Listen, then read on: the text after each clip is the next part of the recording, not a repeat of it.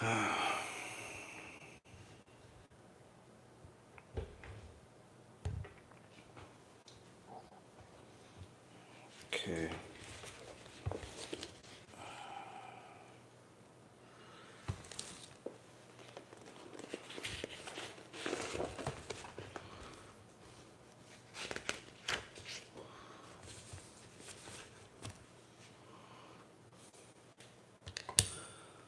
All right, let's go mic check.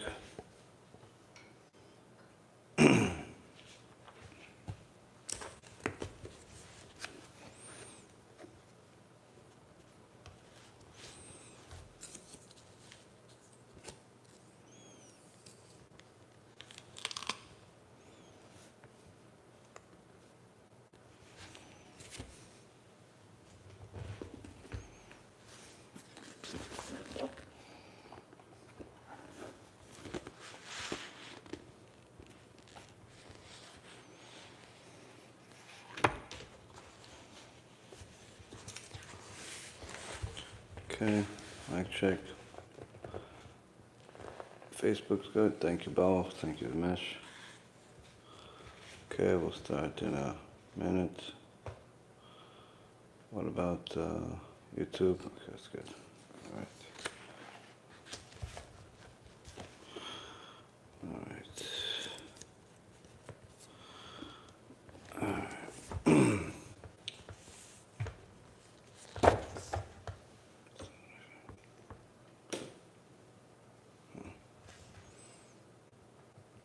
B'Shem Hashem na'aseh v'natzliach, Shiur Torah, Bruchim Habayim. We're back here on our Tuesday night War of Amalek series. Tonight's shiur is certainly going to be full of chizuk for anyone that still has a Jewish spark in them, that is looking for an opportunity to shine.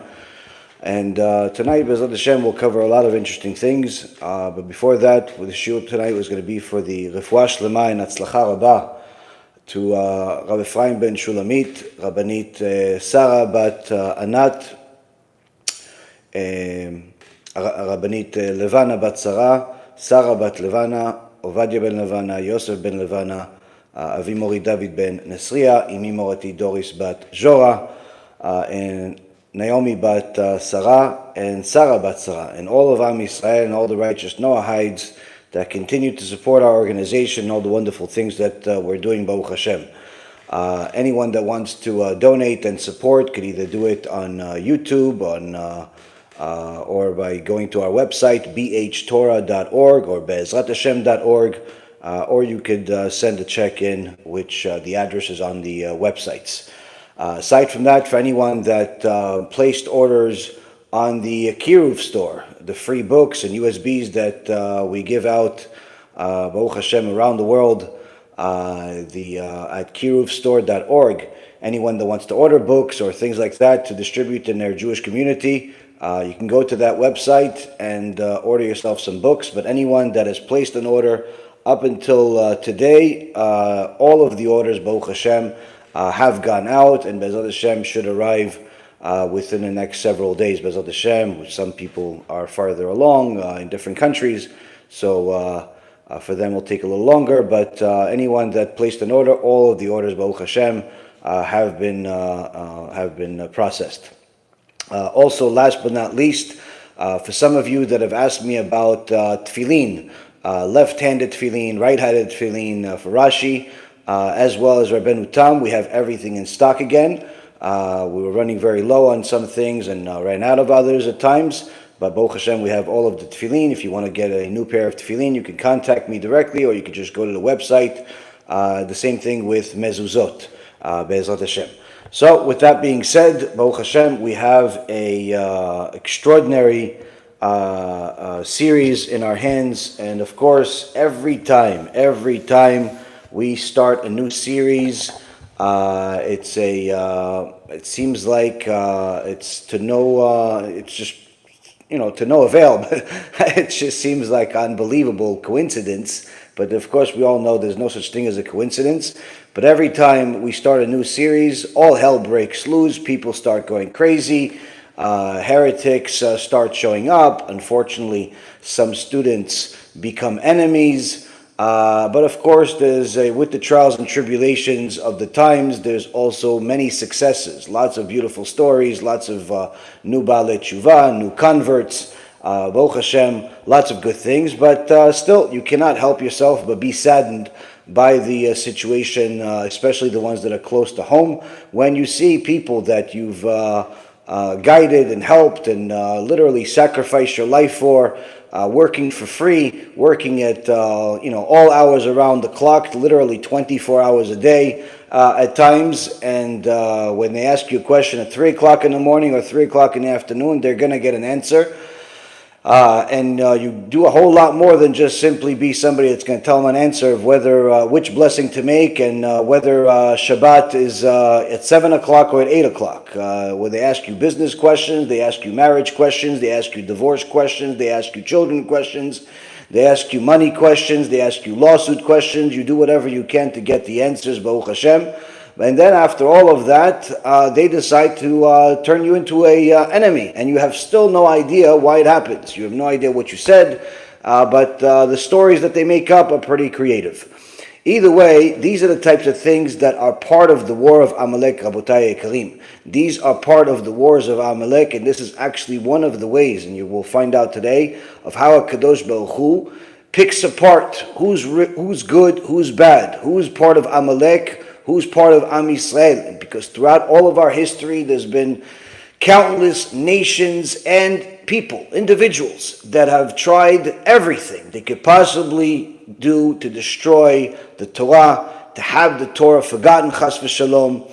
And while all of these battles have cost millions of lives, the hardest battle is ahead of us. In fact, the hardest battle is in front of us. Now, why do these enemies return time and time again to try to destroy the Torah? Even more so, what is the prophecy that ensures that they will never win? This shiur, Rabotai Karim, is going to be a shiur that is very much needed for anyone out there that is struggling through the difficulties. And I'm not just talking about financial difficulties or being worried about the war or anti-Semitism. I'm talking about much, much more than that. And Rav Elchanan Wasserman, that literally, it's as if he had prophecy. Certainly, Ruach HaKodesh is telling us our times.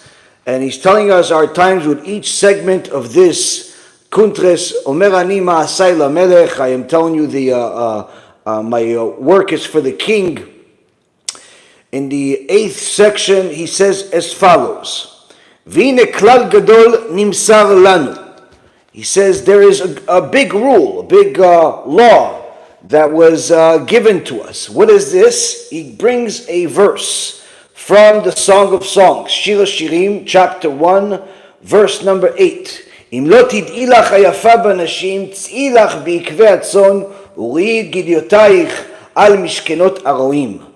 Translation: If you know not where to graze, O fairest of nations, follow the footsteps of the sheep, your forefathers, who traced a straight, unswerving path after my Torah. Here, Rabotai Karim, Rav Elchanan Wasserman gives us a prophecy that is going to lead us to other prophecies. But needless to say, Rav Elchanan gives us some clarification by telling us that Rashi says, B'derech shedarku ba avotenu me'olam. What is this? Go in the path of the sheep. The sheep have to go in the path of the forefathers, meaning that we should go in the path of Avraham, Yitzchak, Yaakov, Moshe, Aaron, David, Shlomo, Chizkiyahu, Rabbi Akiva, Rabbi Shimon Bar Yochai, the Baba Sali, Rabbi Ovadia, Rav Wasserman, the Chafetz Chaim. All these are our forefathers. Go in their way. Why? What does this have to do with the war? What does this have to do with the war? He says it has everything to do with the war, because after we think about it, Aleinu li'itbonen ma asu avotenu b'sha'at gzerat hashmad. This is what we must think about, because this is what our forefathers did at the time when there was a decree of destruction. Now, Rabotai Karim, what destruction is Rabbi Elchanan Wasserman talking about? Well, if we look at the verse here that he's bringing, the verse from Shir HaShirim. Now, of course, we always have to study the Torah completely and not just look at one thing and then extrapolate whatever our mind thinks. We have to look at what's happening here. In verse number 5, just a few verses before number 8, Shlomo Amalek is telling us throughout this entire Song of Songs the relationship between HaKadosh Baruch Hu and his children. And of course, HaKadosh Baruch Hu loves us, but at the same token has rules. He has rules for us, he even has rules for himself. And when we sin and when we go against his Torah, there is no such thing as there is no more punishment, just like the heretics think and say and publicize. Reward and punishment is one of the 13 principles of our faith, as the Rambam clarifies, and all of the greatest Chachamim in our history have clarified time and time again, in every opportunity that they have, as the Rambam himself says that his favorite subject to teach is the foundations of the Torah, much more than the advanced teachings or any other subject. The foundation, fundamentals of the Torah, such as reward and punishment, rewarding the righteous, punishing the wicked. This is what every Chacham in our history has discussed as part of everything else they built on. And of course, HaKadosh Baruch Hu is telling us here that yes, there's going to be some difficult times. You're going to go through difficult times. There's going to be some times where there's going to be confusion. There's going to be some times that Am Yisrael will even go against their Creator. The golden calf, Korach, all of the different tests in the desert were not the end. Of course, we had the destruction of the Bet HaMikdash, the first one, the second one. And Am Yisrael is going to get to a point where Shlomo HaMelech says Am Yisrael is going to be darkened by sin. And the nations are going to look at it, it's like, look at you guys. You're no different than us. We're idol worshippers, you're idol worshippers. We commit immorality, you commit immorality. We steal, you steal. So people are going to think that we're just like them just because we have some of the same marks. And Shlomo HaMelech says in verse number 5, as Am Yisrael says to the nations, says to HaKadosh Baruch Hu, though I am black with sin, I am comely with truth, O nations destined to ascend to Jerusalem. Though sullied as the tents of Kedar, I will be immaculate as the draperies of him of whom peace belongs. Do not view me with contempt despite my swarthiness, for it is but the sun which has glared upon me. What is Shlomo HaMelech really saying here? Shlomo HaMelech is not only answering the nations back then, but he's answering the nations today. In fact, this verse, these couple of verses also answer one particular modern day enemy that we have today that's relatively new, calling themselves the Hebrew Israelites, or Black Hebrew Israelites, or all the type of Power Ranger names. He answers them too, Shlomo HaMelech. Why? Says, Shchora ani v'na'ava. Though I am black with sin, I am comely with truth. Many of the black Israelites, or Hebrew Israelites, or dark Israelites, in so many words, they just want you to not be white. That's in essence the whole motto of the Israelites, is that as long as you're not white, you're one of them.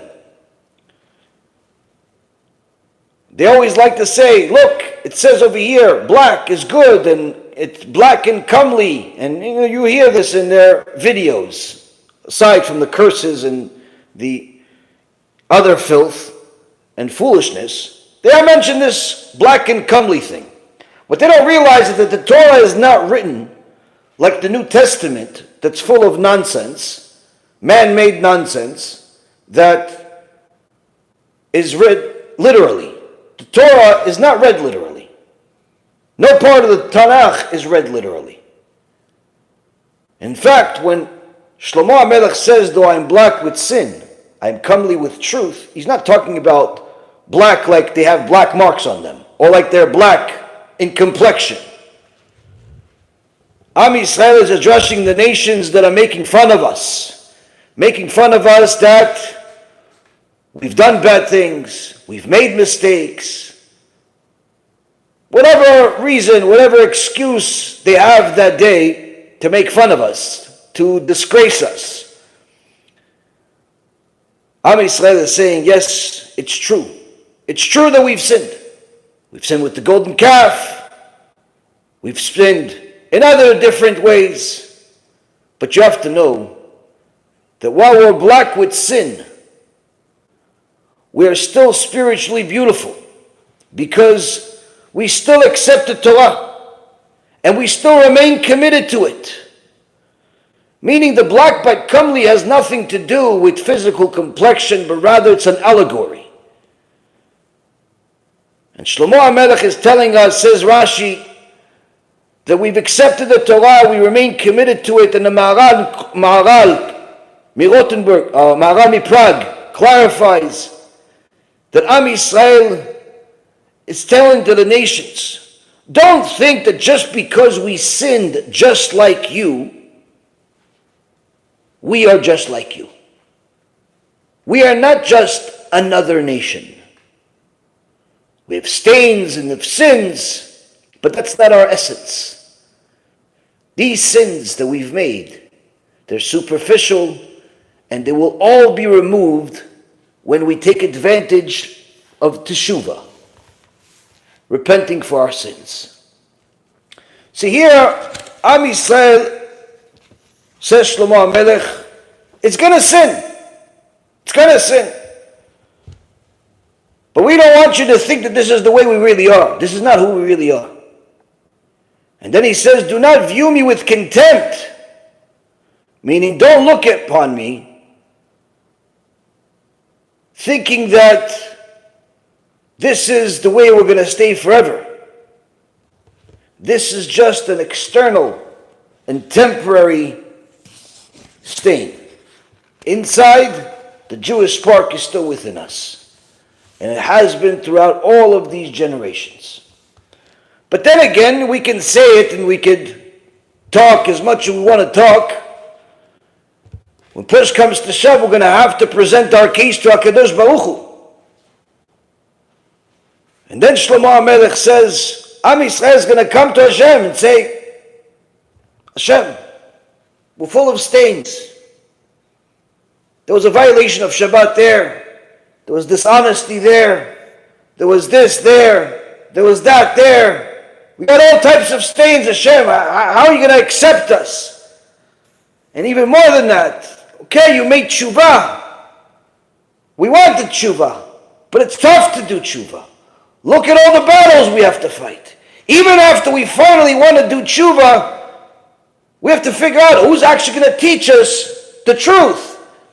We turn on YouTube. We see a guy with a big beard, white, looks like Santa Claus, represents a big organization named Chabad, says God, says things that sound like Torah, but he's really saying words of heresy. We go to another guy, and he says the same thing. We go to another guy, and he tells us we're allowed to drive on Shabbat. And if that's not enough, on the way to work, some missionary stopped me and tried to convince me to go worship a person.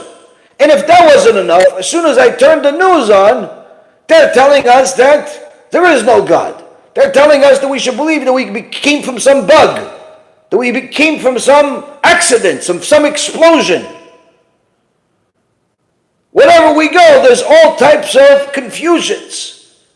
And then if that's not enough, you want to log on to your account is blocked. What happened? you have a problem. The IRS is after you. The enemies are after you. Someone's after you.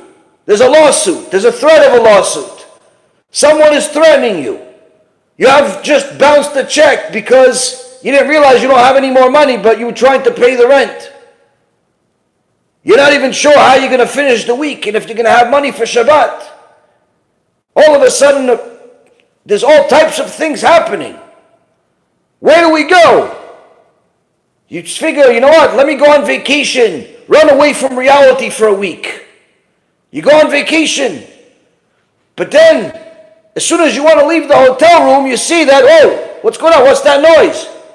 You look out of the window, you see protest. Tens of thousands of people are protesting to kill you, protesting to kill the Jews. You can't believe it. You didn't know you're going to Nazi Germany. You thought you were going on vacation to some normal place. People are protesting against you. You turn on the news, you turn on some screen, they're talking against you. They're saying you're bad, even if you didn't kill anybody. You're part of those people. And in so many words, it's so difficult. How are we going to do it, Hashem? HaKadosh Baruch Hu is never going to give up on us. HaKadosh Baruch Hu gave us instructions, and it's called the Torah. And HaKadosh Baruch Hu responds to Am Yisrael. He says to her, if you know not where to graze, O fairest of nations, follow the footsteps of the sheep, your forefathers, who traced a straight, unswerving path towards my Torah. Here HaKadosh Baruch Hu tells us, don't worry, my daughter. What? You got a few black stains? Do tshuva, clean them. You violate Shabbat? Say I'm sorry, start keeping Shabbat, you're good. Yeah, but Hashem, you're not going to think I'm ugly? You're not going to think I'm a bad guy? No, not only you're not a bad guy, you're the fairest of nations, you're the most beautiful. I've been waiting for you all this time. You're not like any other nation. You're not even supposed to be considered a nation. You're my people.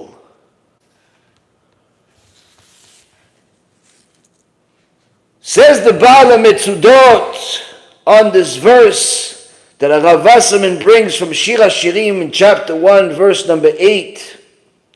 If you, my beloved, fairest of all nations, do not know how to find your way in exile, learn from your righteous ancestors who served me loyally.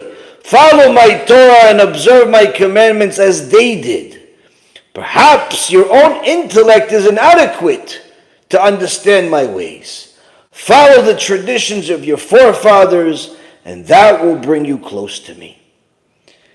And then Rashi says, make sure that if you follow the footsteps of your ancestors, you graze safely, because there's a lot of hostile nations. You're going to have enemies. You're going to have enemies, even if you're trying to do good. Even if you're now trying, you realize the world's coming to an end soon. Whether it's tomorrow, next year, 20 years from now, it's soon. There's going to be even more enemies than ever before, Rabotai. Whatever wars we fought until now, it's all coming to a point. There's going to be enemies coming from all sides. So HaKadosh Baruch Hu says, yes, there's going to be confusion. Yes, there's going to be animosity. Yes, there's going to be a lot of difficulties. But if you follow in the footsteps of Avraham, Yitzchak, and Yaakov, of your forefathers, and you realize that you're not walking in Gan Eden right now. Don't think that just because you started keeping Shabbat or wearing modest clothes and started giving tzedakah, that your life is going to become La La Land. That you're going to be able to succeed in everything you do. No, there's going to be not only bumps in the road, there's going to be shots shot at you for all types of reasons. Sometimes you're not even understanding why. Your best friend's going to turn you into an enemy and you're not even sure why. Your best student is going to turn you into an enemy. You're not even sure why. You're going to have an argument with somebody you care about and you're not even sure why. And once you go to somebody to help, somebody that's supposed to be an expert, they're going to tell you the wrong thing. Why? Because they were a heretic, because you went to the wrong person. You went to somebody that was nice to you, not somebody that's really a Torah scholar, not somebody that's true to the forefathers and in their Torah. So know that even though you want to follow in the footsteps of the ancestors, of the forefathers, know that you must be careful, my child, because you are going to be surrounded by hostility. The history of the exile is that when the Jewish people held fast to their traditions and conduct, their pious forefathers, they succeeded in raising their children as Jews. But when they did not, unfortunately, only tragedy followed. Now here, Rabotai, is just simply the beginning. It's just simply the beginning.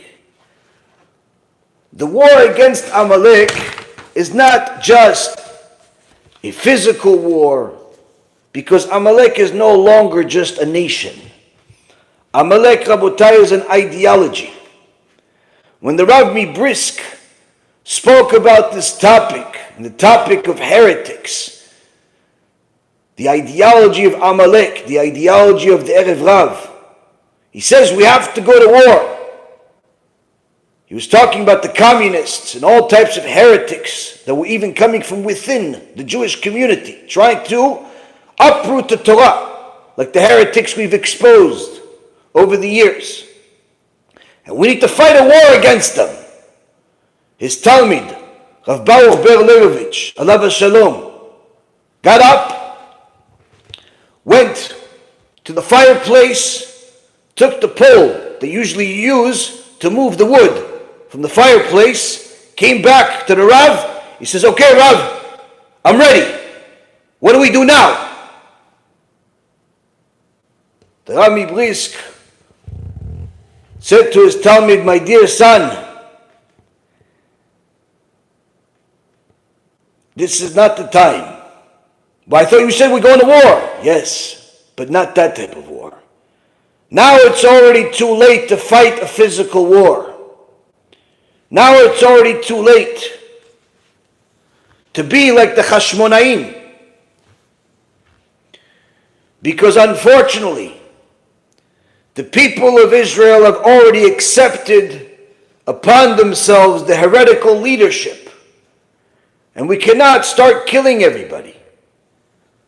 The way to fight this war is with the tools we have in our hands, which is teaching Torah. Now, one of the most common topics,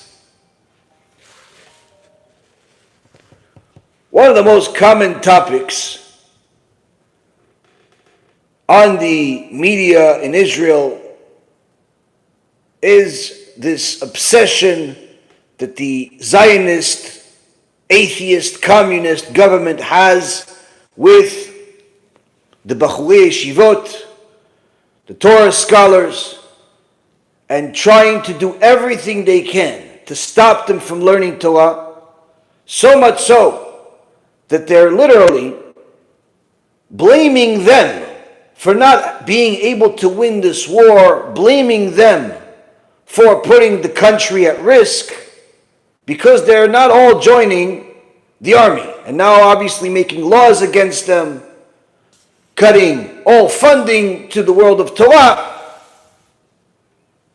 They forgot that on the 7th of October, it wasn't the Torah scholars that were sleeping at the wheel. The army took 8 hours to respond, while a bunch of terrorists with slippers murdered thousands of people. The army is the one that is being accused of treason, where there were people inside the government, inside the army, inside different places within the country that literally conspired with the enemy the night before, during the day, a fence that had such high technology that an alarm would go off if a bug, if a mouse got close to the fence.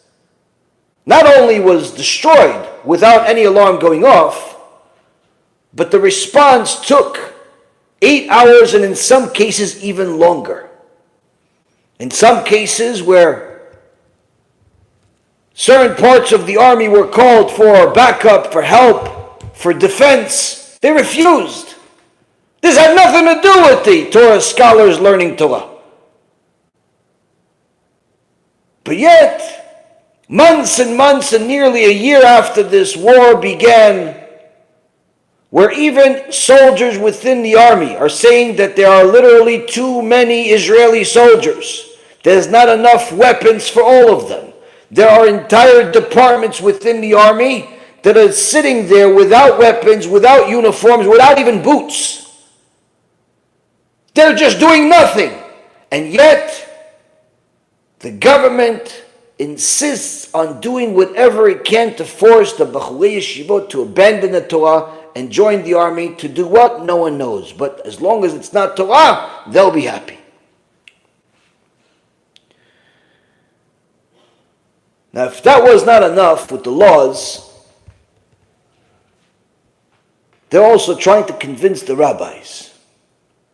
Unfortunately, some people that call themselves rabbis have certainly joined them, even on the news, like this Rasha, Shai Piron, claims to be a rabbi, claims to know Torah, but yet spoke against the world of Torah with 100% apikorsut, as Rabbi Ephraim mentioned in his lecture, and also the film that came out about the big lie regarding this whole draft.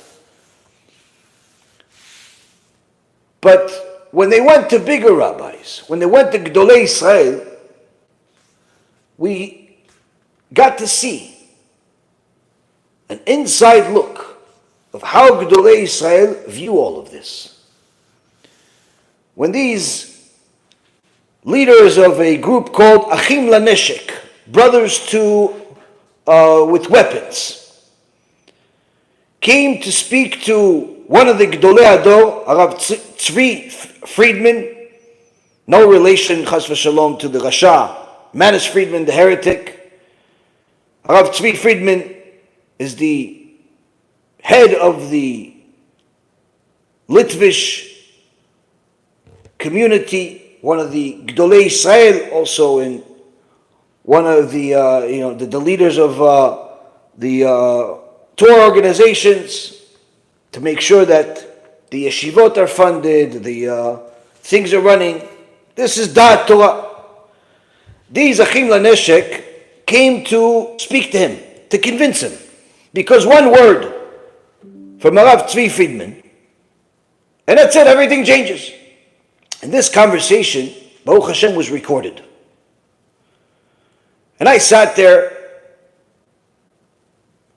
watching how a Gadol Israel speaks. And it was beautiful. They're trying to speak to him in all types of convincing terms, all types of rational arguments. And Rav Tzvi Friedman continues to tell them, Ayo lo tiyeh, it will never be. It will never be.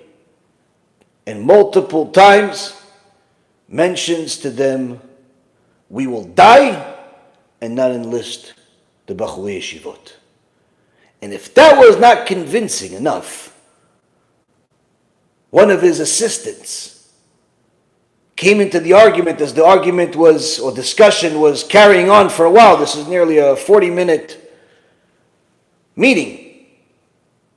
After it's 25 minutes, they're trying to convince the rabbi, but literally they're wasting their time. The assistant simply gives them just clarification that it will never be. Tells them that we will die and not enlist. It will never happen. the Chazon Ish paskin and say, yeah, but that was ancient history. Rav Tzvi Friedman says to them, it's today. If the Chazon Ish paskin, that's today. It's the same thing then, it's the same thing now. They're not understanding it. So the assistant says to them, just so you understand where we're coming from, so you understand that you're wasting your time. Throughout all of history, the nations, the enemies of the Torah, have done everything possible to destroy the Torah. And of course, what is the most powerful weapon that a government can, or anybody can threaten you with? Simply, take your life. That's the ultimate weapon. When we're saying we will die and not enlist, because we need to learn Torah, because we are not going to lose all of these people to an environment that's anti-Torah. It's not about the guns, it's about the environment. It's about the fact that there is a need for the Torah to be learned. It's a fact that the Torah is the weapon. And he says to them, we're not just saying these words. Just last week, we had a meeting with all of the Bachurei Yeshivot, and every one of them signed the contract, signed the paper, that they are ready to die and not enlist into the army. What you guys threaten, or could possibly threat with, is the ultimate weapon of taking a life. We are already ready to give it, just to continue learning Torah. When you see how Gdolei Israel stand up for the Torah, you realize this is why we're still here. 3,335 years after the Torah came to the world at Mount Sinai, and as the Gemara says, after anti-Semitism came to the world, after hatred came to the world. The hatred of the Jewish people changed at Mount Sinai. Changed in such a way that we will continue to suffer from it until Mashiach comes. Now Shlomo Amalek is telling us that HaShem is saying to Am Yisrael, you're not just another nation, you're the most beautiful of all. And if you don't know how to navigate through all of this exile and difficulty in the world, follow in the footsteps of our forefathers. But there are going to be difficulties. It's going to be a hostile environment. The exile is difficult because it's not just people threatening you by forcing you to go to the army, which is not the first time. Same thing happened in Russia, in other countries. It's not the first time. There are heretics. There's been heretics throughout all of history. Just last week we read Parashat Korach, the ultimate heretic that was convinced he was right, even more than any of the heretics of today. And he is in Gehenom until this day, just like they're all going to go there. Confusion has been there throughout all of history. And unfortunately, when a person looks for a rabbi and he finds one only to realize later on that everything he's learned is heresy, only to realize later on that all this rabbi wanted was to take advantage of you. So he pretended to be your friend. He pretended that he wants to help you. He pretended that he's friends with you. But in reality, you realize that all he wanted to do is just simply trap you.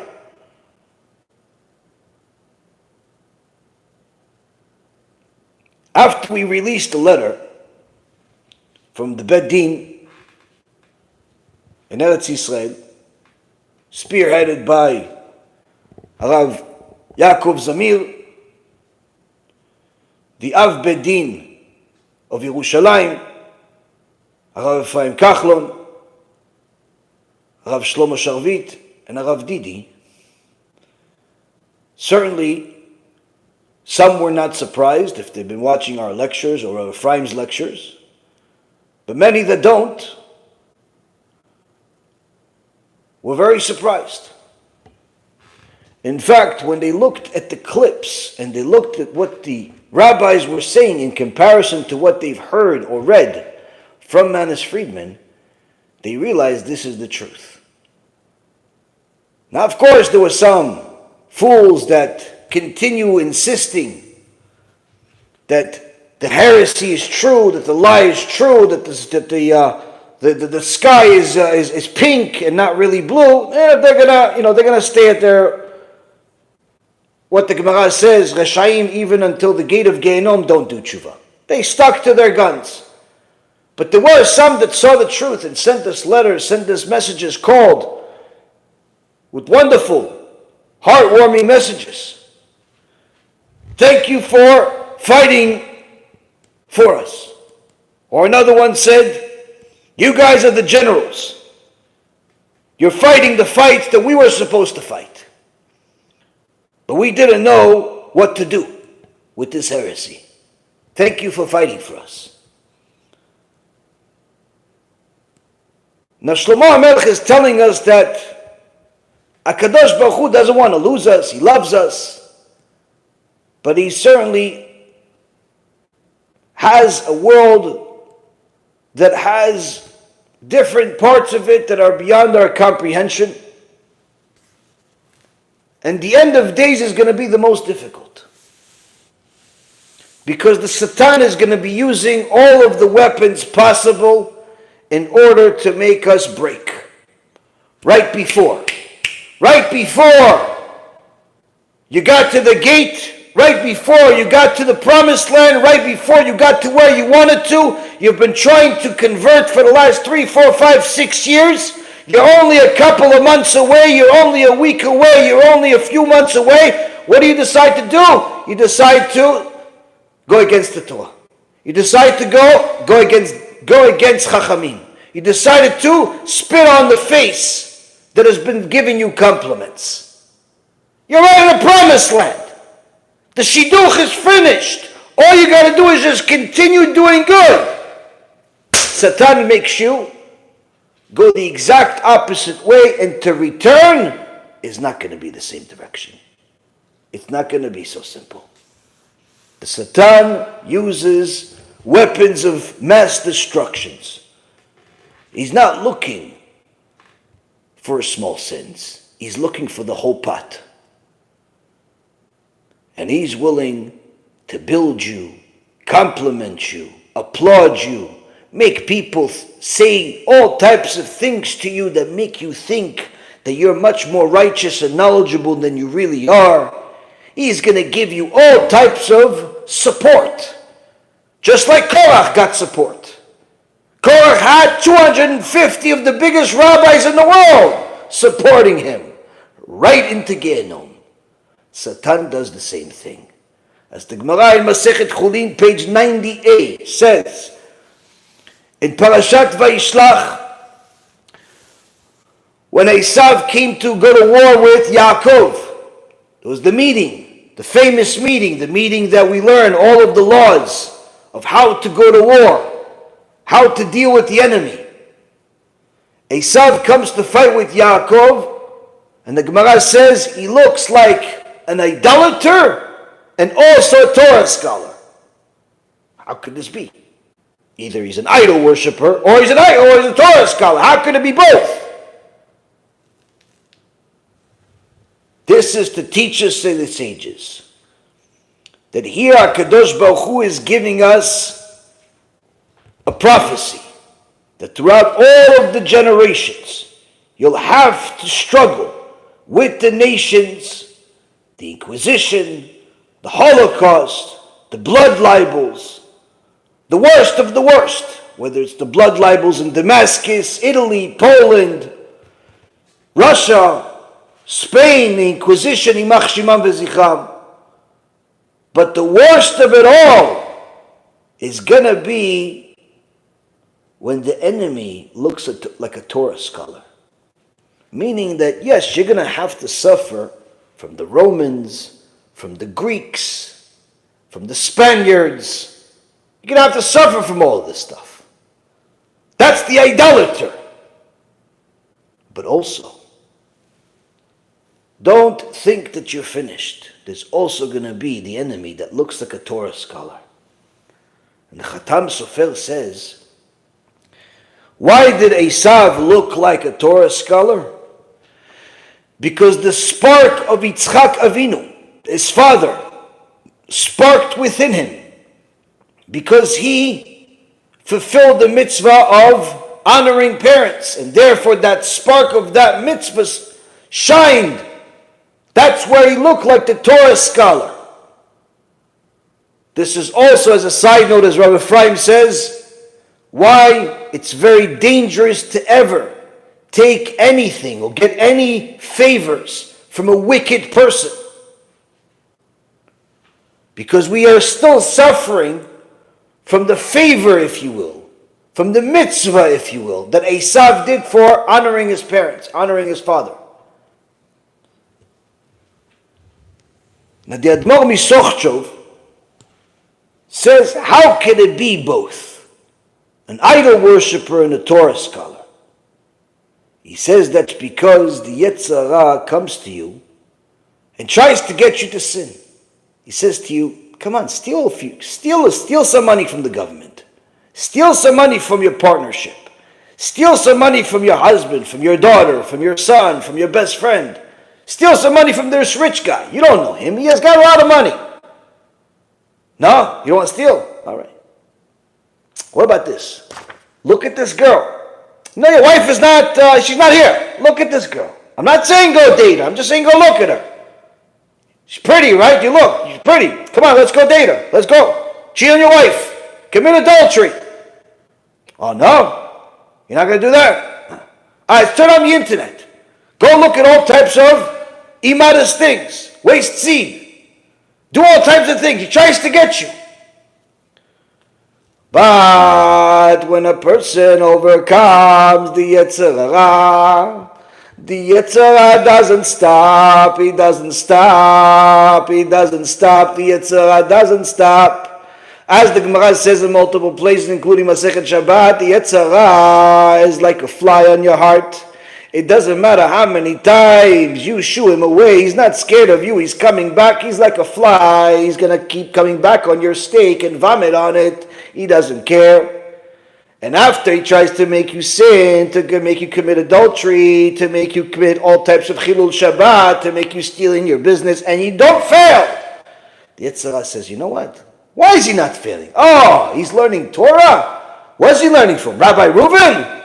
Where's he learning from? Okay. Let me go and learn Torah with him. Let me go learn Torah with him. So the Yetzer Hara comes to the Shiur Torah. And now, instead of you learning a Shiur Torah, somebody sends you a private message during the Shiur Torah. Get your attention. So now, instead of paying attention to the Shiur Torah, you're paying attention to your friend. So now, the good that was helping you is not coming in anymore. It's not coming in anymore. Before you know it, you're so distracted, you're like, you know what, I'll watch this tomorrow. And later on that day, you say, you know what, let me read a book. I'll read a book of Torah. Yetzer Hara says, perfect. You open the page and the Yetzer Hara is learning together with you. And now the Yetzer Hara says the Admor Misochchov starts toiling in Torah together with you. And through the Torah, he tries to show you a new face of heresy inside the Torah. And he tries to show you how the rabbi was wrong, how the Torah that you thought is wrong. You're allowed to violate Shabbat, I'll tell you. You're allowed to steal, but just steal from goyim. You're allowed to charge interest, that's 1,000,000%, but just do it to goyim. You're allowed to lie to your wife because it's good that she doesn't know. You're allowed to do all this, and he tries to literally distort your neshama that's connected to the Torah through the Torah. That's why Esav was most dangerous, not because of the idolater part, but because of the Talmid Chacham part. And that's why Yaakov Avinu says to HaKadosh Baruch Hu, Atzileni na miyad achi miyad Esav. Save me from my brother, save me from Esav. Why save me from my brother, save me from Esav? What's the whole thing? Your brother is Esav. He says, no. You see, save me. Save me from my brother, save me from Esav. I'm more scared. Because he's my brother, because he's Esav. Not just my brother. You're not understanding. You see, when Esav is Esav, and he's an idol worshiper, and he's coming with the crusaders, when he's coming with the pogrom, when he's coming with the blood libel, I know that's the enemy. I'm familiar with them for the last few thousand years. I know what's coming. The autotopé is going to come, the destruction is going to... I know what's coming, but at least I know how to defend myself. I'm willing to die for HaKadosh Baruch Hu. I have no problem, but I know what's coming. But when he's coming like he's my brother, like he's here to help me, he's here to teach me, he's here to support me, he's going to tell me the truth, and that, by the way, God created you because he needs you, and not because you need him, and he's going to tell me all types of things to make me feel good, even though it's all a lie, it's all heresy. That's what I'm scared of. Because if I don't already have the spiritual weapons to fight him, before the fight starts, I already lost the battle. And that's what the Admor Censorship said. That's why it was so dangerous. That's why it is so dangerous. You see, heresy, Rabotai, Kfirah, is going to convince you that the heretical teachings are not heretical. They're just something that you're not familiar with. And they'll say, no, what? He's saying that God has parts? Yeah, that's Chassidut. No, that's idolatry. No, that's Chassidut. Well, he's saying that God needs you? Yeah, that's Chassidut. No, that's actually heresy. No, that's Chassidut. So you never learned Chassidut, so you don't understand. But once you learn Chassidut, you'll understand. Okay? Well, he's saying there's no punishment. Yeah, exactly. But that's against the 13 principles of faith. No, he's not saying no punishment. He's saying no punishment. See? You see the difference here? He's not saying there's no punishment in the 13 principles of faith. He's saying there's no punishment. Wait, that's the same thing. No. The first one is what you said. The second one, it's Chassidut.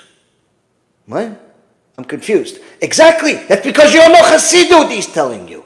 And heresy is going to sound sweet and nice, and it's ridiculous. But it's convincing people.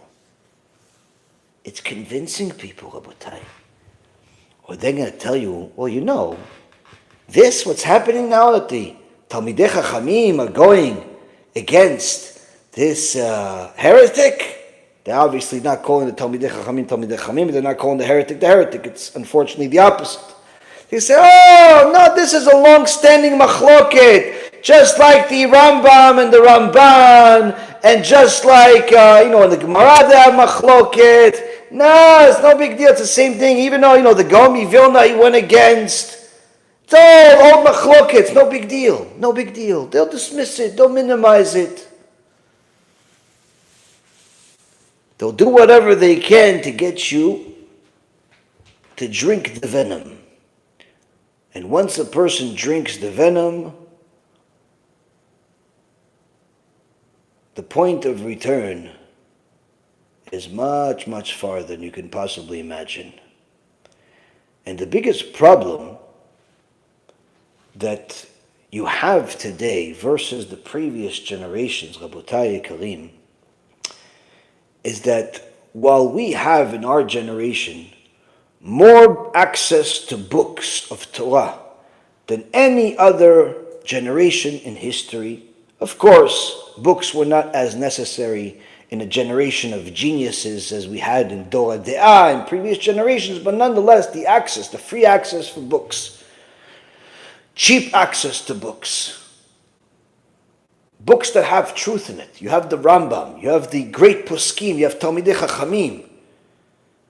Easy access to books. There's no other generation that can compare. But unfortunately, Rabotai, despite the overwhelming amount of knowledge available at your fingertips, this is still the most ignorant generation in history. Rav Mutzafi told the famous story of when Rabbi Ovadia Yosef called him at the end of his days, and he told him, please come to my house. And he came to the Rav, and the Rav Mutzafi saw the rabbi crying. Rabbi Ovadia Yosef tells him, I had a dream about Mashiach. And I told the Mashiach, Tzidkenu, why aren't you coming? Look at how much Am Yisrael is suffering. Come, bring the salvation. And the Mashiach told me, says the Rav Ovadia, there are over 1 million children in Israel alone that do not know the Shema Yisrael. I cannot come. I cannot come when so many children do not know Shema Yisrael. Rav Ovadia told Rav Mutzafi, go from place to place, from city to city. I can't anymore, like I used to do in the past 80 years, 70 years. I can't do it anymore. My body won't let me, but you still can. Go from place to place. Get Am Yisrael to say Shema Yisrael, to learn what Shema Yisrael is.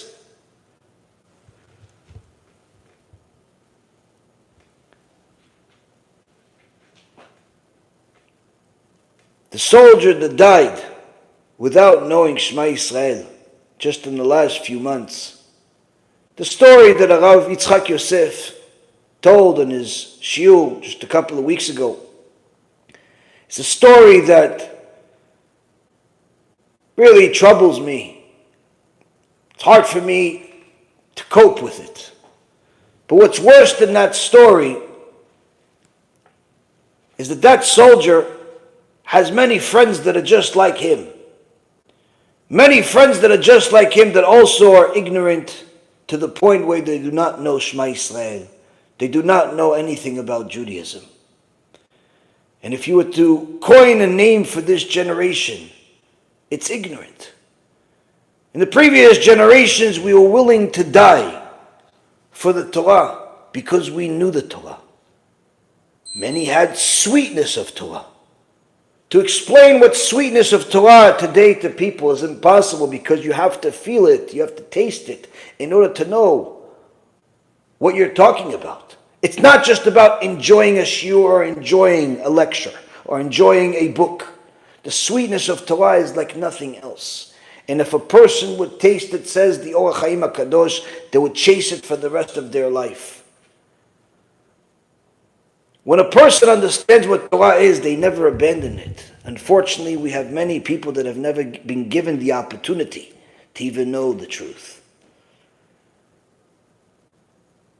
And the reality is, Rabotai Karim, that the war against Amalek is not just a war of fighting against heresy, idolatry, but it's also fighting against ignorance. Because when the sheep finally comes to learn the truth of Shema Yisrael, it's not enough for them to just want it, because they'll have to also pass the test. The missionaries that are trying to convince them, and then after the missionaries, they have to go through the test of the Zionist atheists that are trying to convince them. These very same Zionists that for the last 80 years have been brainwashing the Jewish people with heresy and atheism. everything they could possibly do to remove the Torah from the world, they've done. Whether it's when this country was founded in 1948 or now, they're doing everything they possibly can. Arav Shvadron, alav Shalom, used to cry about it, yell about it, how the Zionists would force Jewish kids that were poor, that made Aliyah Teretz Yisrael, eat non-kosher food, commit immorality. They would literally force their parents to send them to schools that were against the Torah, or else they would not give them money, they would not give them food. 80 years they've been brainwashing the Jewish people to go against HaShem, to go against His Mashiach. So the person that wants to come to HaShem and say Shema Yisrael, he has to also go through that. Because when he turns on the television, when he turns on any type of media, that's what he's going to hear. He's going to hear Christianity. He's going to hear atheism.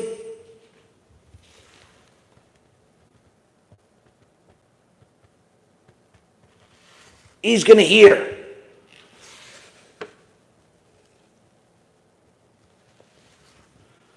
all types of things that are against the Torah. And if that's not enough, even after he hears the atheism and he gets through it, he hears the Zionism, he gets through it. He hears the nasty things they have to say about the Torah, he gets through it. He gets one of these Jews for Yoshke approaching him in the middle of the street with a microphone, asking him, what do you think of the moron that died for you and took care of your sins? And he got through it by telling the guy, listen, can he take away my debt also? Perhaps he can take over the payments for my mortgage. He gets through it. He realizes it's all foolishness. He finally gets to the Bet Midrash. He finally gets to the Shiur Torah. Then he has to deal with the Esav that looks like a Talmid Chacham. The Esav that looks like a Talmid Chacham, but he's telling you all types of heresy, all types of things that are against HaKadosh Baruch Hu, all types of things that humanize God, all types of things that minimize God, all types of things that make the Torah sound like a history book more than it does the instructions from HaKadosh Baruch Hu. So what do you do?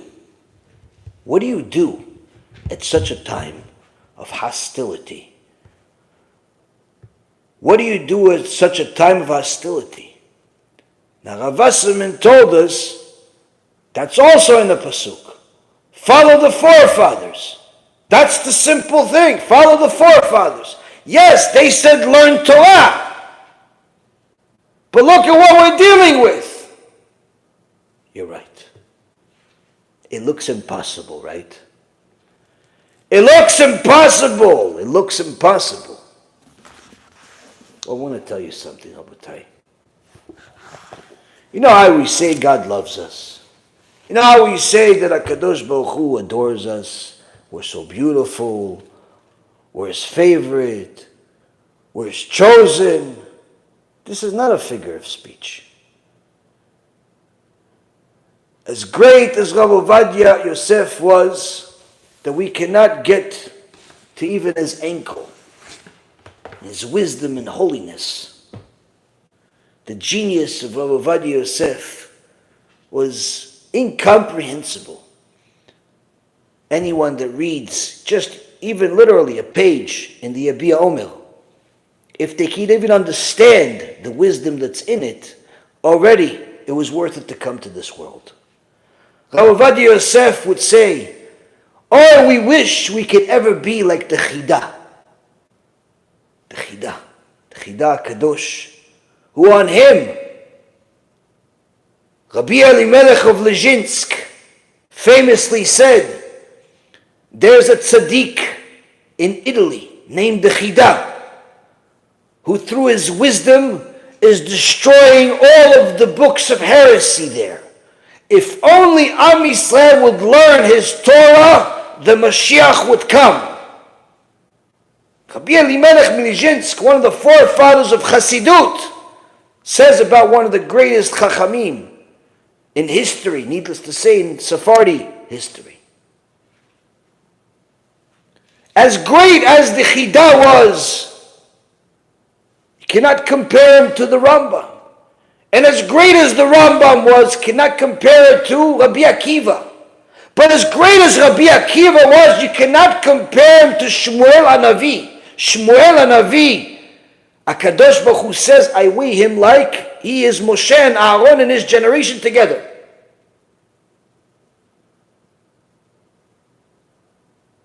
And Shmuel HaNavi says,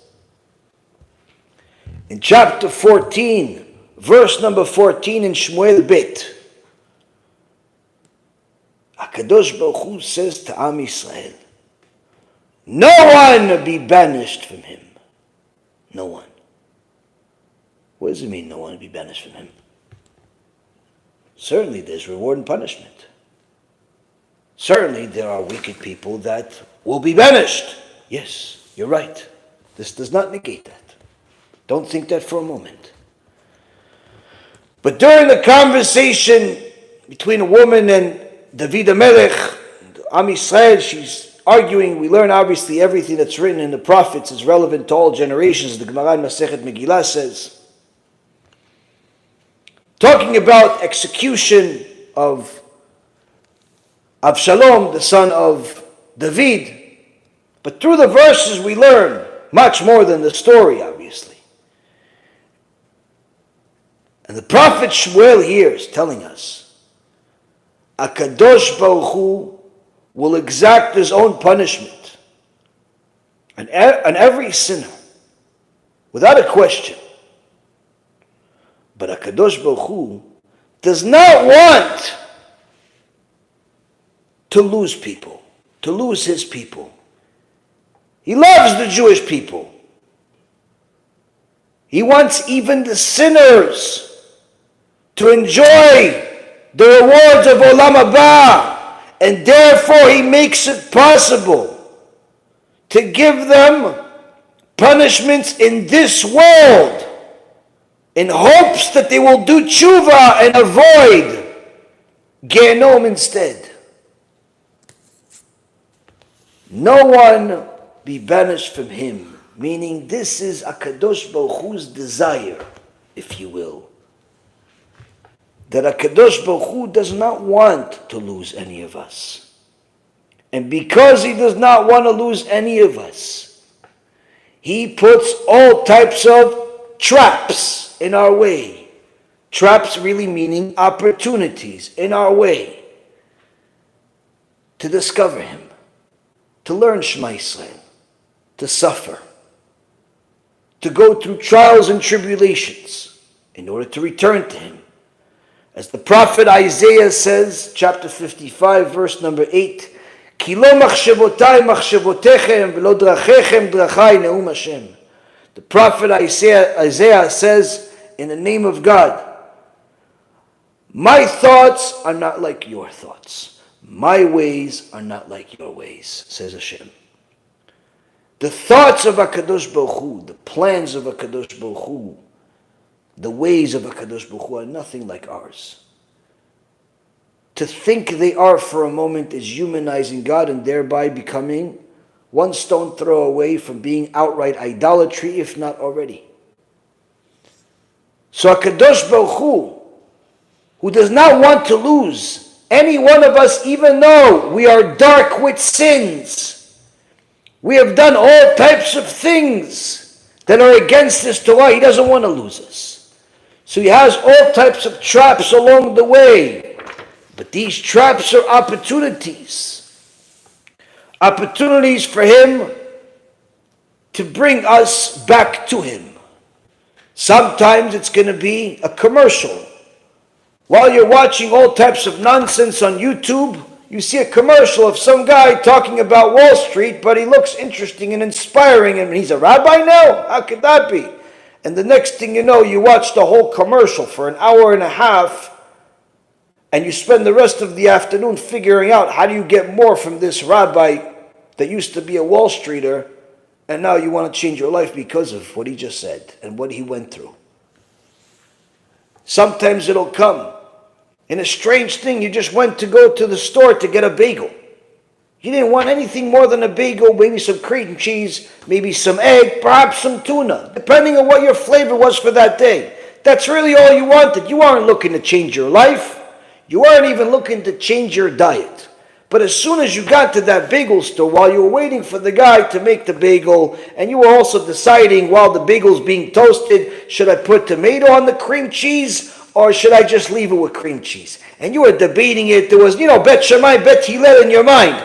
Tomato, no tomato, maybe even, I don't know, maybe go crazy. Maybe put some tuna in there instead. No, that's too crazy. Come on, you're wild. No, and you're going Bet Shammai, Bet Hillel with the bagel. And all of a sudden you're bored out of your mind because this is what's in your mind. It's full of cockroaches, not wisdom.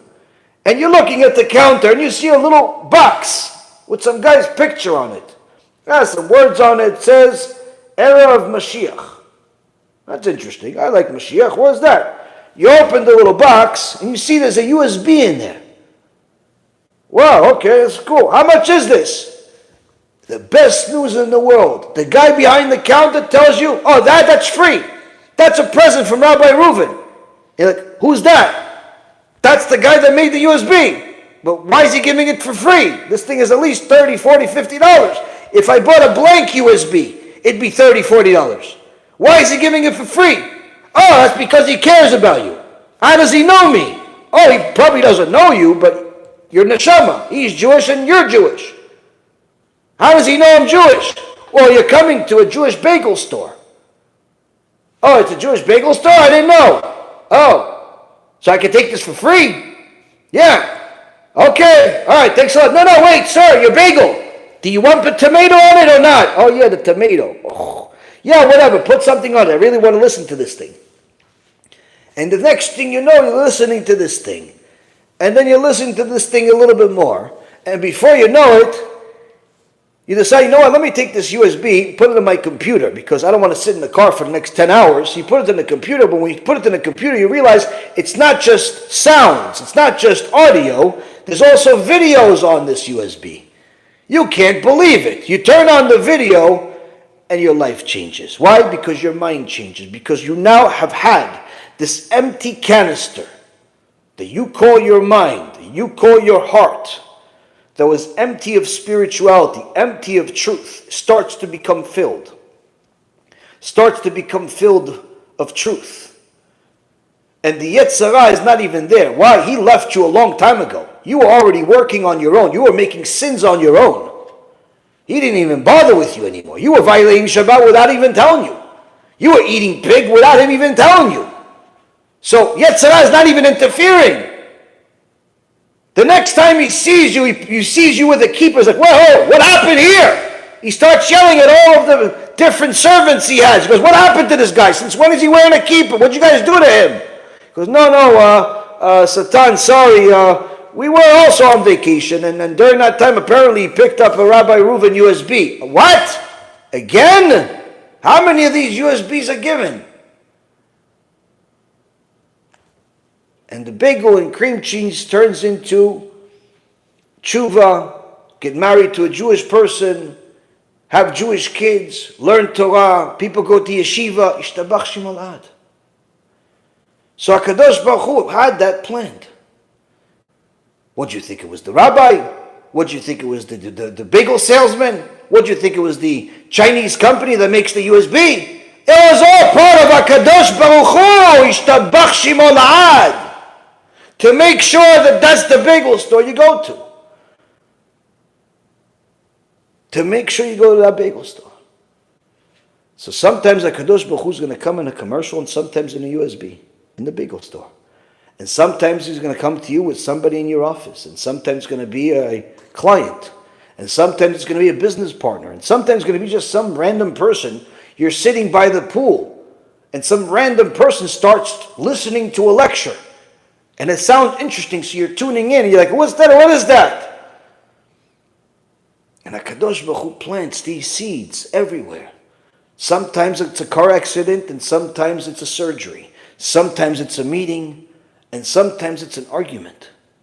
But HaKadosh Baruch Hu says, I do not want to lose any one of them without giving them an endless amount of chances.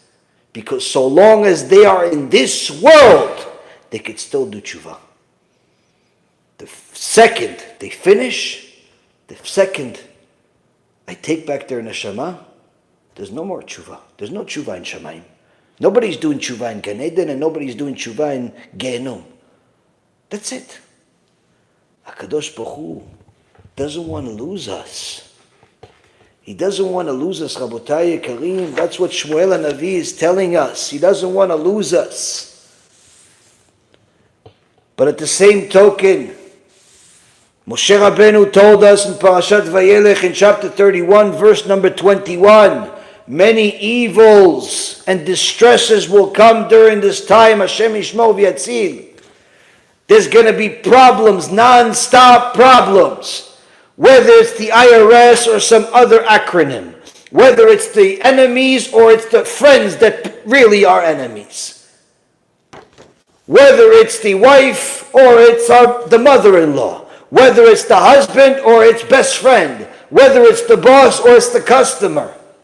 Whether it's the Jew or the non-Jew. Whether it's the Hebrew or the Israelite. Whether it's the Christian or the Arab. There's going to be constant hostility.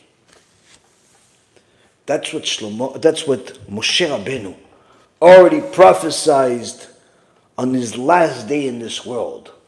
As the Chachamim say that he wrote the entire Sefer Devarim, the book of Deuteronomy, on the last day that he was in this world. He says to us, many evils and distresses will come, but Hashem will never give up on us, as we saw. How many evils have tried to destroy the Torah, Rabotai? How many evils have tried to destroy the Torah throughout history?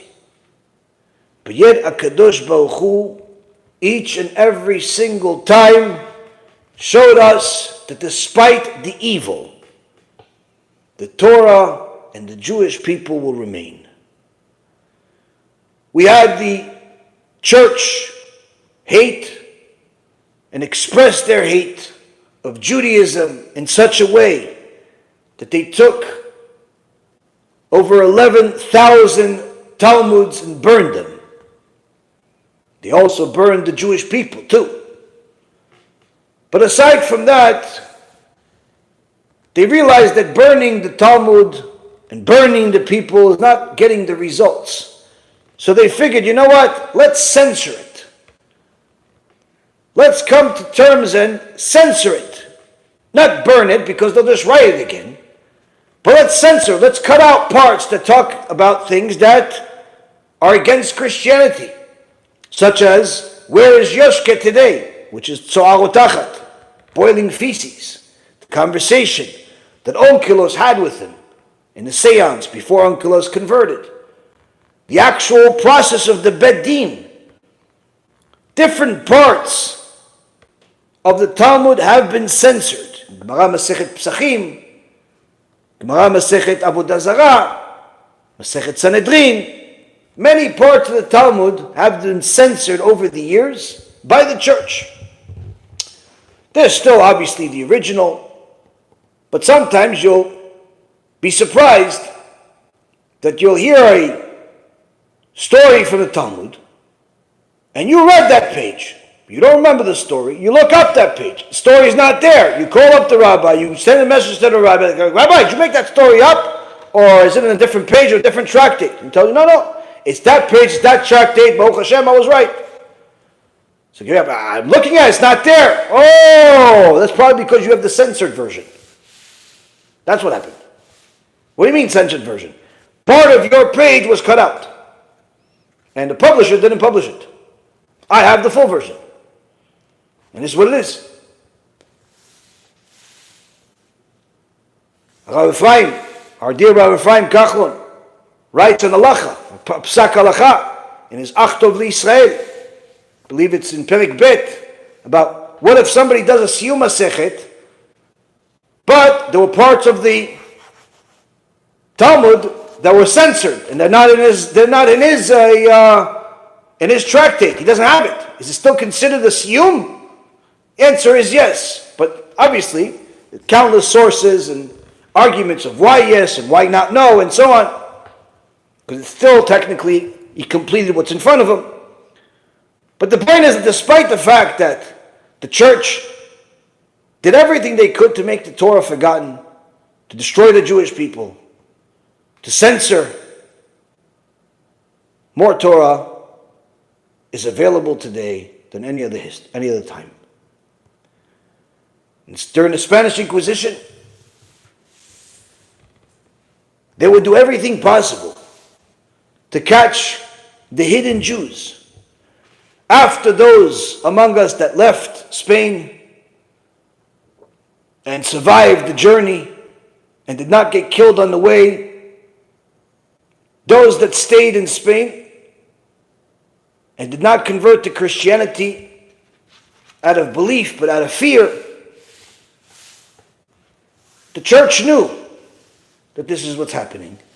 And they were looking for any opportunity to find the hidden Jews.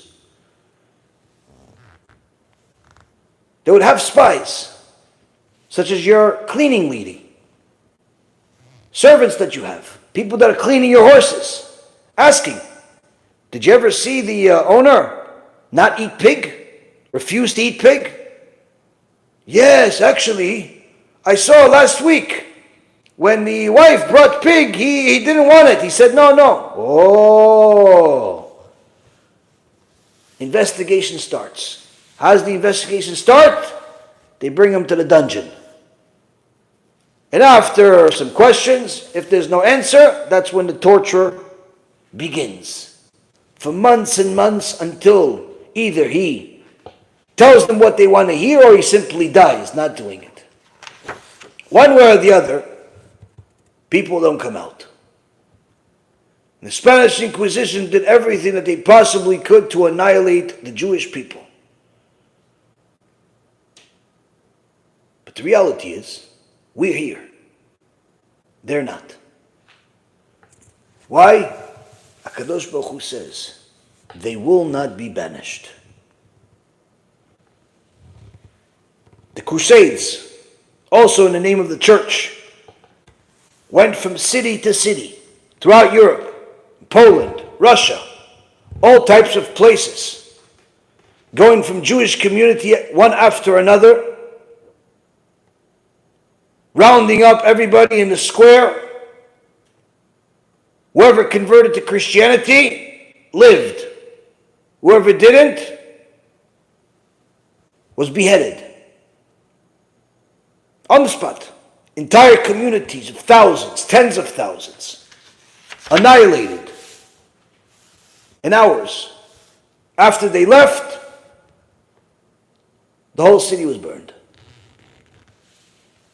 They tried to destroy Judaism. They tried to destroy the Torah for hundreds of years. We're here. They're not. Why? HaKadosh Baruch Hu says, although you will have trials, tribulations, enemies, many evils and distresses will come. But if you follow the shepherds, you'll find HaShem. Communism in Russia did not start just 100 years ago. A wicked Jew named Karl Marx started the idea of communism. And this obviously was followed by Jews and Gentiles. Ultimately, the main goal behind it was war against God. In Russia, one of the main ways that they would get to eliminate God from the Jewish community is by turning every single person into a spy on his own family. Literally, people would report on their own families. If anyone saw them open, find, possess a Jewish book, say a Jewish prayer, anything relating to God, they would report them. Not because they would get a huge amount of money, but rather it would elevate their own status and save themselves from hardship. People became spies on their own families. One day, HaKadosh Baruch Hu made a miracle and made a unknown, uninfluential person by the name of Gorbachev become the leader of Russia, of the former Soviet Union, for a very short period of time before he was gone and the entire communist Russia was destroyed and out of this world. Now, of course, Russia's still there, but it's not the same thing as what it was 40 years ago and more. Now, if this was the end of the list, then obviously it would be good news. But the reality is this is not even the beginning. But while all of this came from all types of enemies that are Esav, the Crusades are Esav, the Spanish Inquisition is Esav, the church is Esav. The worst part is when it looks like a Talmid Chacham. Because when it's a Talmid Chacham, we're starting to think like it's Yaakov. The Zionists were a mix. Some of them were outright Esav, Amalek. Some of them looked like Yaakov, but really were Esav. Many of these Zionists that were in the Holocaust were capos that were working for the Nazi government, reporting on their fellow Jews in order to save themselves. Like George Soros, he's certainly not a Zionist. He hates Jews more than the Nazis do. But he saved himself by reporting on Jews. By getting all of their property confiscated, he benefited from the Holocaust more than the Nazis did. But many of these Zionists that, in essence, said they love Jews, they love the Jewish people, they want a Jewish country, Jewish country, really. Because that's what they said at the UN.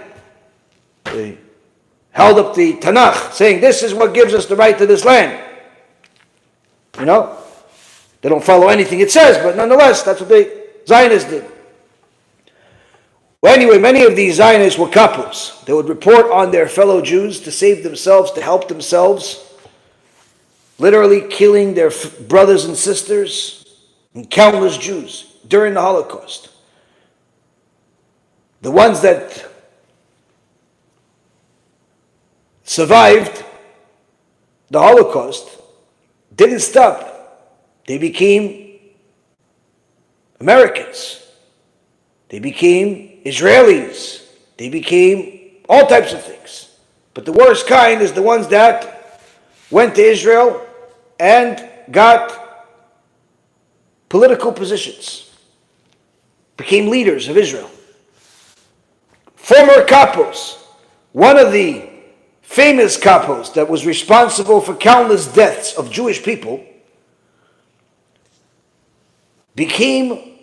had the job in the Israeli government to oversee Holocaust survivors, meaning the ones he didn't kill yet, he was now overseeing them. This is like literally an evil joke.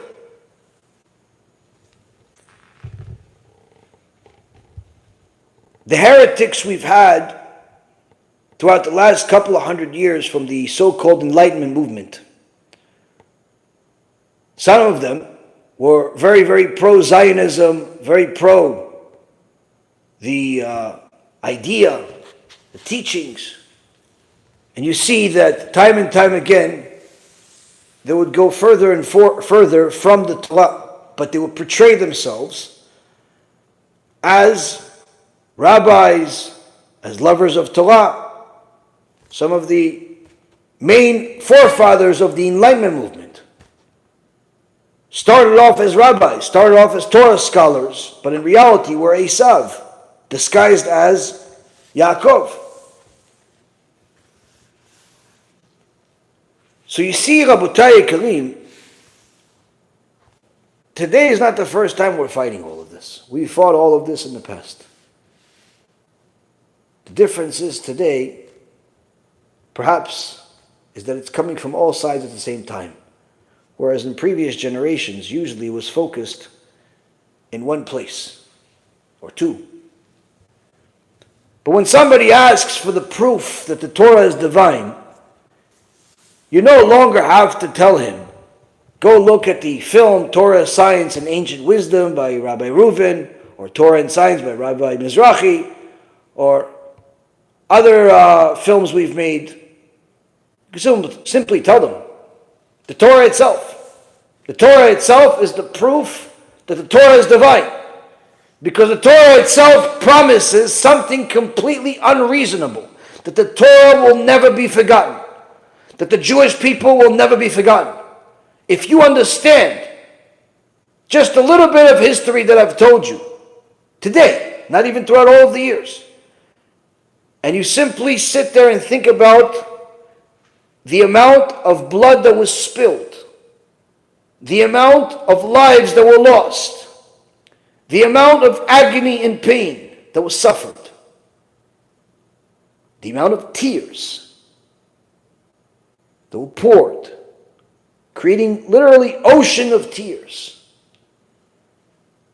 throughout the last 3,335 years, all for the sake of the Torah, all for the sake of staying loyal to the Torah. And all of the enemies of the Torah from the past are gone, and those that exist yet today already know their future. It'll be just like the enemies we've had from the past. So the best proof of the Torah is the fact that it still exists, untouched, unharmed, as perfect as she always was. As Rabbi Shimon Bar Yochai says in the Gemara in Masechet Shabbat, page 138b, after his rabbi, Rabbi Akiva, was murdered in front of everyone in the most awful, gruesome possible way. For anyone who wants to know the details, go to the Gemara Masechet Brachot towards the end, a few pages before the end of the Masechet. Rabbi Akiva, the rabbi of 24,000 students, lost all these students, restarted the world of Torah again with 5 Talmidim, among them Rabbi Shimon Bar Yochai, the giant of all giants, Rabbi Akiva, murdered in front of everyone, tortured. For what? For teaching Torah. For teaching Torah in the open. After this, you would think the world of Torah is broken. That's it. We're finished. The Gemara says in Masechet Shabbat, page 138, in the name of Rabbi Shimon Bar Yochai, Chas v'shalom, that you would ever think that the Torah would ever be forgotten, as the Torah promises us. Ki lo tishkach mipi zar'o. It will never be forgotten from the mouth of his seed. The Torah will never be forgotten by the Jewish people. And therefore Rav Elchanan Wasserman tells us, Tzilach bikve'atzon, go and follow in the footsteps of the past shepherds. Do what they did. And your survival is guaranteed. during these hostile times. We'll finish off with a couple of stories so you know where we stand. Rav Mazuz, alav shalom, Rav Mazuz, Shichyeh, his father, alav shalom, was one of the Gdolei Israel, and Rav Mazuz tells stories about him all the time. And he has all types of unknown stories. I've told you some of them over the years. One of them was about the Rambam, when he was able to show the king of how you could move from place to place in an instant, without using an airplane that didn't exist back then. Anyway, Rav Mazuz, Shichyeh, he says that there is a keilah, the Jewish community, keilah in Spain, that has an extraordinary celebration each year during Pesach Sheni. Now, Pesach Sheni, although some people, celebrate it, commemorate it a little bit by eating matzah a little bit on that day, some take off of work, it's not a Yom Tov. It's not a Yom Tov. But in this keilah in Spain, it's a huge celebration. To this day. Why? They are the descendants of the Anusim. And the Anusim suffered under the Spanish Inquisition in ways that are more horrible than I can express. Before anybody was caught,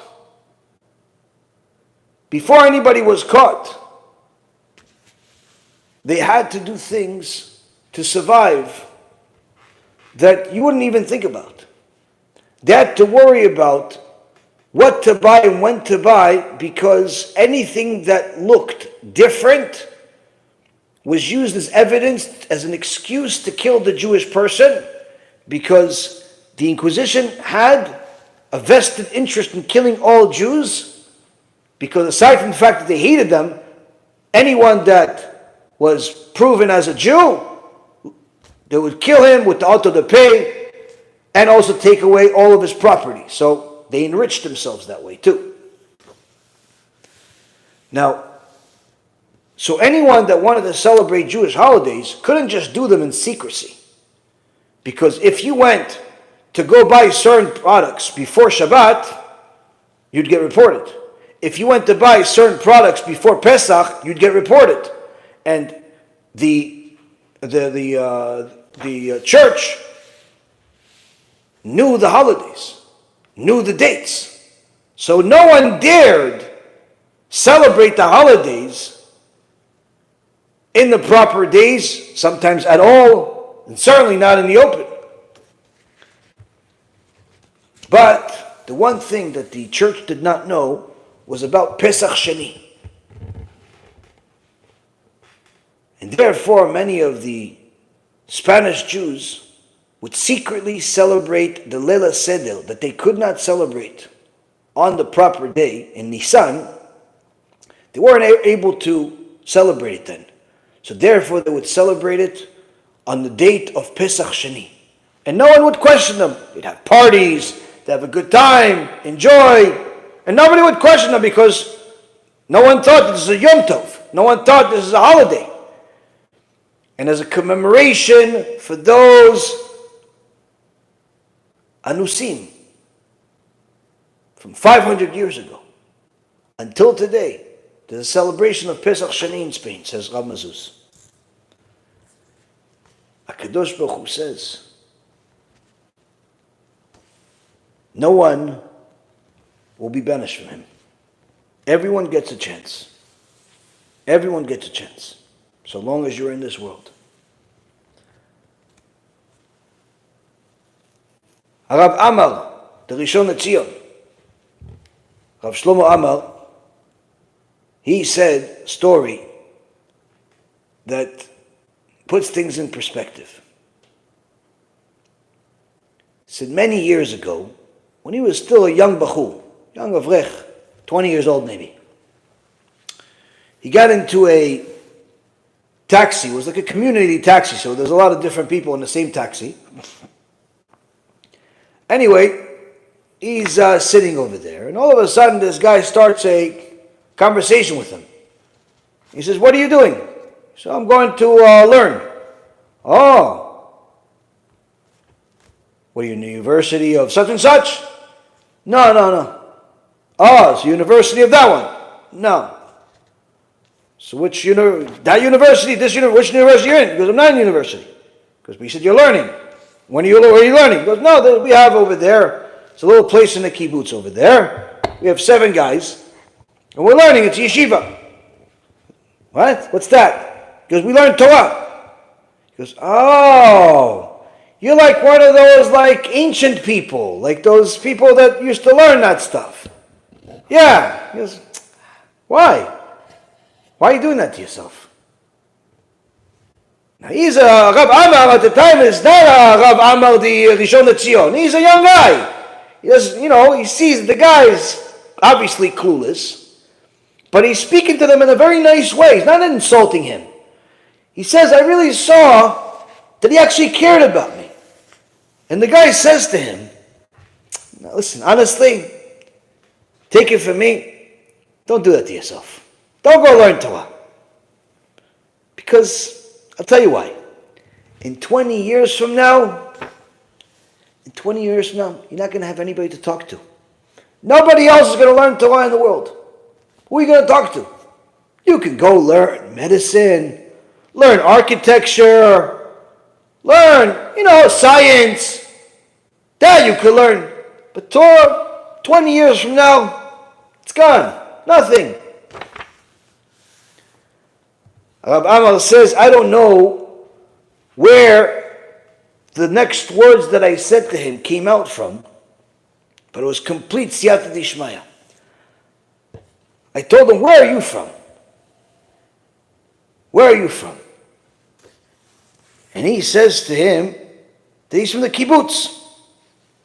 Which kibbutz are you from? He says, Kibbutz Chanita. Now, Kibbutz Chanita at the time was the most anti-Torah kibbutz that existed. Literally, it wasn't even that there was no synagogues there, no yeshivot there, no religious people there. You aren't allowed to be religious there. Literally, if you thought about Torah, I think they arrested you or threw you out of the kibbutz. That's how much they hated the Torah. So this guy's from there. And Rav Amal says to him, in 20 years from now, there's going to be us learning Torah in Kibbutz Chanita. The guy starts laughing, thinks the whole thing is a joke, and that's how the conversation ended. 20 years later, Rav Amar already became an established Talmid Chacham, and was invited to different shiurim, and one day, he was invited because there was a yard site, and they wanted to bring a big Rav, and they got Rav Shlomo Amar to come. So where is it? Kibbutz Chanita. And he went over there, and there's a shul over there. And this is where he's giving a shiur. And one of his people there, older guy, comes. He goes, Rabbi, do you remember the conversation you told us about the guy in the cab 20 years ago? He says, I've been in a lot of cabs over the last 20 years. Which one? He says, no, you know the guy that said, why are you learning Torah? You're not going to have anybody to learn Torah with in 20 years. He goes, oh yeah, sure. He says, you said that in 20 years we'll be learning Torah in Kibbutz Chanita. We're in Kibbutz Chanita, in a Bet Knesset, learning Torah, just like the Rav said 20 years ago. Ishtabach Shimolad. Ishtabach Shimolad. Rabotai Karim, the war against the Torah is not going to get any smaller, any softer, any easier. But one thing we can be sure of, that at the end of this war, HaKadosh Baruch Hu is going to see who exactly is the precious diamonds that are his chosen people and who is not. All of us will be tested through thick and thin, and each and every single person has clear instructions in the Torah that you don't have to worry about understanding, because Rav Elchanan Wasserman, alav shalom, interpreted it for us. You don't have to go read the entire Shir HaShirim. You don't have to read the entire Sefer Shmuel. You don't have to read the entire Sefer Dvarim. You don't have to read the entire Gemara. You don't have to read the entire Torah right now in order to know what to do. All you have to do is understand. Trouble, we've had. Evil, we've had. What we have now is even more difficult. The hostility is going to come from all sides. From Esav that looks like an idol worshiper, and the Esav that looks like a Talmid Chacham.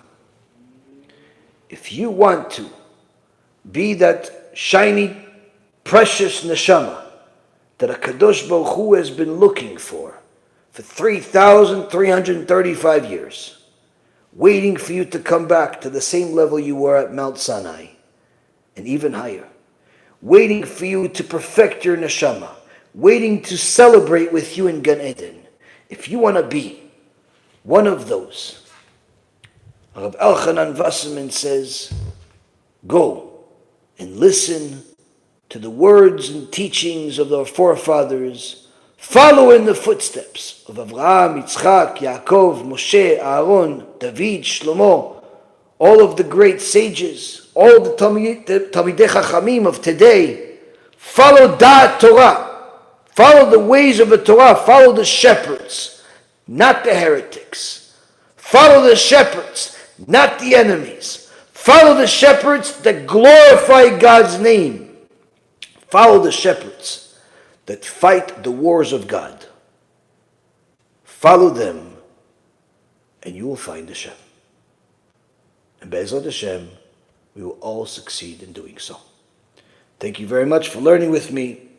May HaKadosh Baruch Hu bless each and every single one of you that shares this lecture with everyone that you know. And BeEzrat Hashem, more and more people will be on the right path, the path of the shepherds, our forefathers.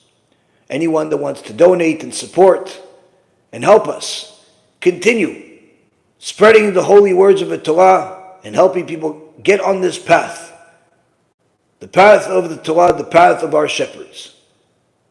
You can donate at bhtorah.org or beezrathashem.org, or you can send a check or contact us. And like I said, the most important thing is to make sure that you know exactly what path you are on, not from your own intuition, but rather from the sources of the Torah itself. And hopefully, they're not being interpreted for you by the Satan. Because if that's the case, you're in trouble. BeEzrat Hashem, you listen to the words of the Torah, and you will succeed to overcome every obstacle in your way, especially the ones that are looking to destroy your neshama. And BeEzrat Hashem, we're able to celebrate one day the success. Kol Tuv, B'cha V'Atzlacha.